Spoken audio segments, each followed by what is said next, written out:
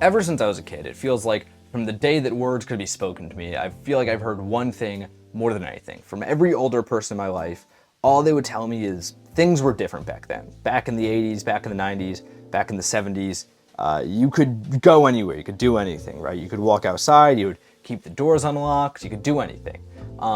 And because of that, things were better. We were in a better world. We had more community. Communities are the biggest thing you hear, right? You'll hear about how after school every day, your parents would go out, they'd go have fun, they'd go to the roller rink or the mall, and it felt like, or feels like now, that everything was just a big party that we all missed out on. All of us younger people that were born after the year, 1998 or whatever people say this ended. Maybe this continued until like 2005 or whatever. I can't remember. I was like, 3, so I couldn't really go around and talk to people, see what the outside world was like. But I'm going to operate off this assumption that you've all heard this too, right? It feels like we've all heard this. It feels like this is not a unique experience. And I want to say up front at the beginning of this episode, I will have no answers to this question. I don't have a single answer to why the world was better back then, right? Why things were better back then. It's actually a question that I think about a lot, and I hope to someday be able to find an adequate answer to. This is me coming here and in a very long form asking you, and maybe, hopefully, along the way, giving you some of the things I've thought about over the years, food for thought, if you will. One of the things I've thought about is that things were not actually any better back then, and this is just nostalgia, right? I think this is a very appealing option, right? To go like, no, things weren't better. You just remember because you were a kid. If you ask me, was the year 2000 and X better than today?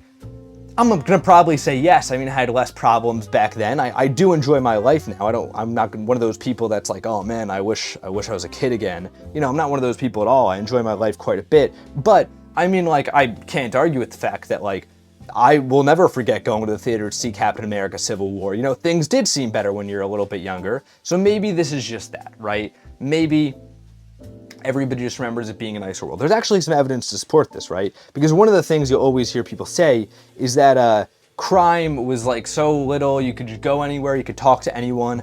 But if you look at the numbers, crime's like way lower now than it was back then. Like it's no comparison. And I mean, we can all say a part of this was because people were outside all the time and unlocking their doors, Like, when I remember a while ago, I had a friend who got robbed, and they were like, yeah, I've left my door unlocked while I slept for the last 5 years.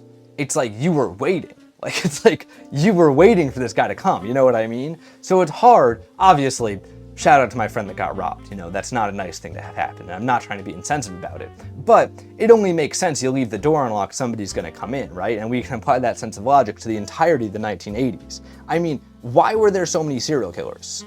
Because all the doors were unlocked. I mean, duh, right? I mean, I don't know that's not how they did it, but like, it only makes sense. And this brings me to sort of my second thing here that goes hand in hand with the nostalgia thing. That just isn't true, right? Maybe this was just like a naive thing, right? We were better, quote unquote, as better is obviously objective, as a society when we were more naive. And things were not better. Crime was not lower. Nothing was actually better. But everybody just thought things were better, so they were leaving these doors unlocked. They were going outside happy all the time, and everybody blarped their way into being awesome. And maybe that's part of it. I mean, that could totally be it. It seems, the reason that, as much as I've thought about that in the past, the reason why I'm not too satisfied with that answer is because, like, it just seems a little out there, right? Like, I think if we could just role play our way into being a happy, perfect world, we would have done that by now, right? And people certainly talk about back then like it's a perfect world. And then the third thing, against this whole idea that I want to question, was it true at all, right? Obviously, most of the older people in my family are white, because I'm white. So, with that being said, if you go back to the 1980s and look at any community that was not white suburbia, it does not seem like things were better, right? There's been not enough upward mobility in the last 45 years, but there's been some progress nonetheless, and it's important to acknowledge that, right? That, like, this is a very privileged perspective.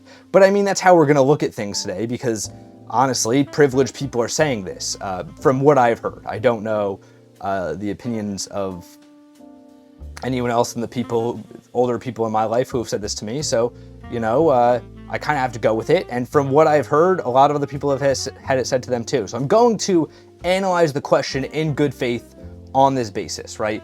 But it's important to acknowledge that the statement, the world was just better, is inherently going to be wrong, right? One, better by what margin? There was more crime, there was more poverty, right? So, actually, I don't know if there's more poverty across the line, but there was more crime, there was more racism, there were more social ills, right? So, obviously in that sense, I don't think anybody's going to argue that it was better. Maybe people seemed happier, but the idea, the premise of the world was better is on its chest a little bit of a rocky one, right? Let's move away from that, though. Let's move away to just taking this at face value and asking, why was the world better? And what do we think was better about it, right? One of the big things, and this is a conversation that was had very recently, I'm sure you all remember, was third spaces, right?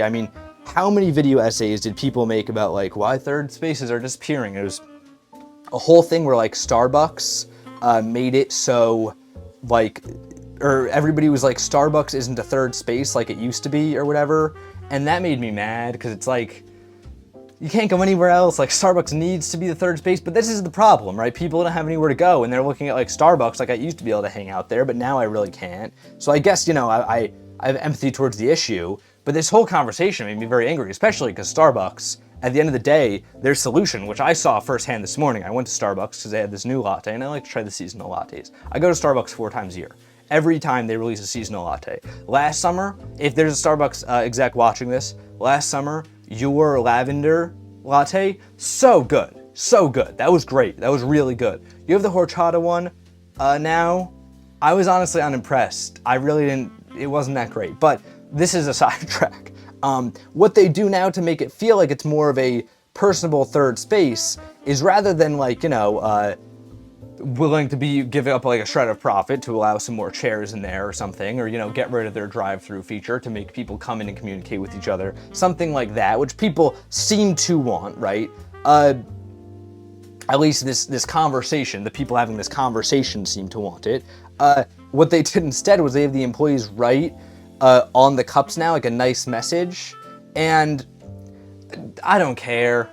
You know what they wrote on mine today? They wrote enjoy. The cup says that already. You didn't need to write that. I just feel like you're just being hey guys, waste your time so we can say we're listening to consumers, and you're not listening to consumers. And there are 4 Starbucks in my neighborhood. It's I don't like it. I don't like that. You know what I mean? So this is all going to the point of maybe that's why, third spaces are eroded. I suggested earlier that all our parents, all the older people back then, they were going to the mall every day. They were going to the roller rink. That sounded like that was a big thing. The drinking age, I believe, was lower, so you could all just go to the bar. Things like this. That does contribute to things. If you're all going to a third space, if you are in high school, you finish up the school day, and you all go over and hang out at the roller rink, you're gonna have more friends, you're gonna meet more people. Even, I'll go as far as saying, being a loser back then. Okay, because if you showed up to the roller rink, you were at least surrounded by people. You know what I mean? I don't know, because if your bullies are at the roller rink, that'd probably suck, right? Ooh, I would not want to be around somebody that hates me at a roller rink. That's just prime location to accidentally trip me. And now they have the internet, they can go on, if you're a loser, you can just go online, you know what I mean? I've been there. All right, forget the loser angle. But the point is, you're socializing a lot more. If you choose to be in the roller rink crowd, you are going to at least get some roller rink skills out of it, and probably a few roller rinking friends, right? That's a big thing. Having just a space to go to where people are cannot be understated how important that is. And those spaces have been eroded because they make less money. It's unprofitable. I could run a coffee shop that makes 1% more each year. Probably not 1%. I can make a coffee shop that makes 10% more each year forever into infinity, hypothetically. If I make a coffee shop that's really great to hang out in, it might have the best coffee in town, but since it's kind of in a bad location and I just kind of have a crowd that loiters in it, I only make 2% a year, let's say, one's going to last a lot longer. You know, the ones that prioritize making money are just going to stay in business, even if everybody enjoyed going to the other ones more because they could hang out there, they could be social there. These things can't be ignored. These things have disappeared. Maybe this is the reason. The other big reason everybody likes to cite is the internet, right? Nobody goes outside anymore because they're online. And I mean, like, I don't know. I actually don't like this one. I don't know, guys, because it's like, if you're, like, I know a lot of people that are online a lot, right? TikTok, Instagram, they're chronically online, even if they're just in, like, clear net spaces, right? But I don't know any of them that are like, oh, you want to hang out tonight? Loser. I'm on TikTok. Like, that's not a real thing that's happening.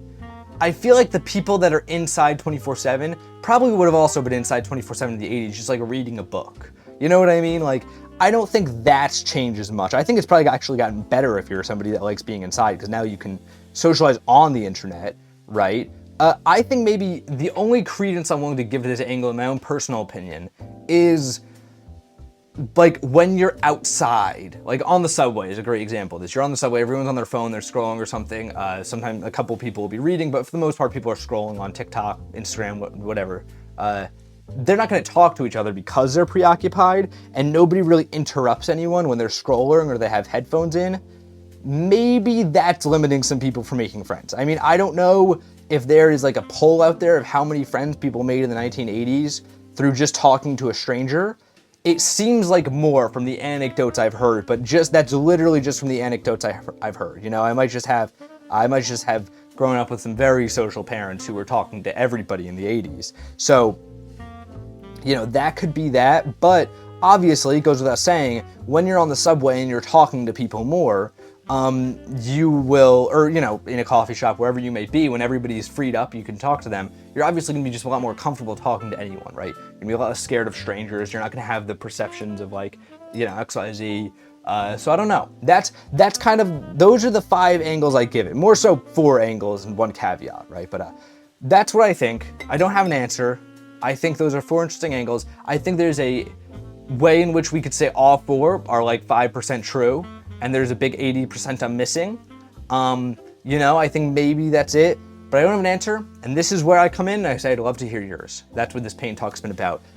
This is the painting. I like this, guys. I like this color palette. I like these colors. They're bright, but not so bright that they're missing depth. Great one, guys. Great one. Yeah. Check this out. It'll be up over on the Instagram later this week. And until next time, guys, gals, and pals, my name is Max Dice. This has been Paint Talk episode 199. I'm here every morning, painting, talking with you all. I'll see you tomorrow for Paint Talk episode 200.